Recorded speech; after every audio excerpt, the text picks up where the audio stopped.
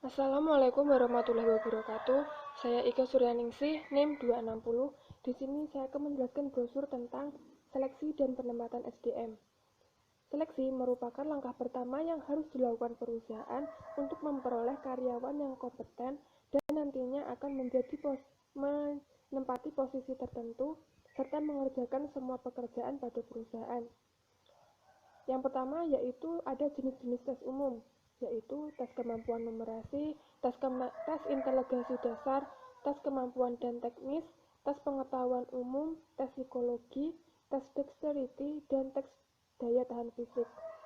Kemudian ada standar-standar umum yang seharusnya memenuhi setiap proses seleksi, yaitu standar reliabilitas, validitas, generalisabilitas, utilitas, dan legalitas.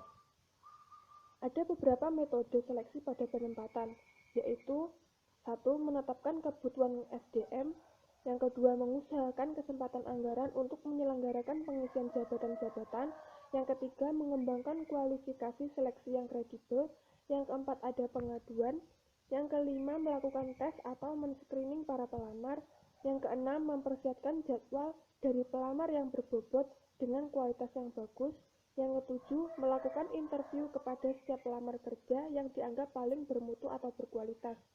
Yang terakhir yaitu melakukan seleksi tahap akhir bagi pelamar yang bermutu dan memiliki kualifikasi.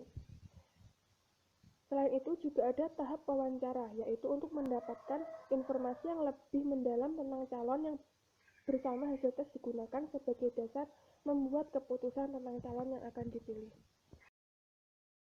Di sini saya mengambil contoh, yaitu penerapan seleksi dan penempatan SDM pada karyawan baru bagian sales pada PT Mitra Sukses Karya Bersama Bekasi.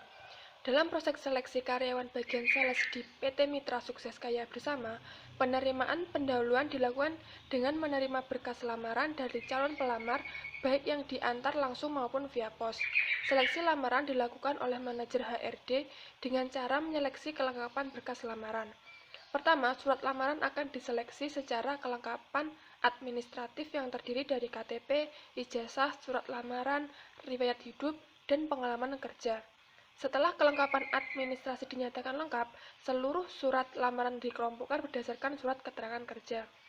Selanjutnya, surat lamaran diseleksi kembali berdasarkan kriteria untuk bagian sales. Adapun kriteria untuk posisi bagian sales yaitu memiliki kemampuan berkomunikasi yang baik, karena akan selalu berhubungan dengan klien.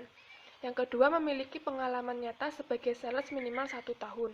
Yang ketiga, bersedia bekerja dengan target. Yang keempat, ada pendidikan minimal SLTA atau sederajat. Yang kelima, pandai membangun hubungan dan meyakinkan customer. Yang keenam, yaitu berperilaku baik, jujur, dan disiplin. Berikutnya, pada proses seleksi penerimaan karyawan bagian sales di PT Mitra Sukses Karya Bersama tidak dilakukan tes penerimaan. Hal ini karena PT Mitra Sukses Karya Bersama membutuhkan karyawan bagian sales dengan cepat, sehingga proses tes penerimaan dianggap memperlambat proses seleksi karyawan. Langkah ini tidak sesuai dengan teori proses seleksi karyawan yang menyatakan tes penerimaan ditujukan untuk melihat kemampuan sebenarnya dari pelamar. Tes penerimaan dapat pula untuk menguji respon pelamar yang sebenarnya terhadap pekerjaan dan tugas yang akan dijalani. Tes ini bervariasi, antara lain tes psikologis, tes pengetahuan, tes performance test tersebut tergantung pada jenis pekerjaan yang akan diisi pelamar.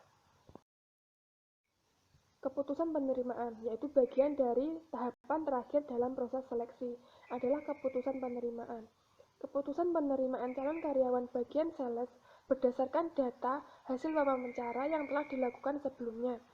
Calon pelamar yang diterima akan menjadi karyawan bagian sales PT Mitra Sukses Karya Bersama. Bagian pelamar yang diterima akan bekerja sesuai dengan masa percobaan yang ditentukan oleh perusahaan. Sedangkan bagi pelamar yang tidak diterima, maka tidak ada pemanggilan ulang dan data pelamar akan diarsipkan. Hal ini sesuai dengan teori proses penerimaan karyawan, bahwa proses seleksi dilakukan untuk memilih calon karyawan yang sesuai dengan kriteria perusahaan.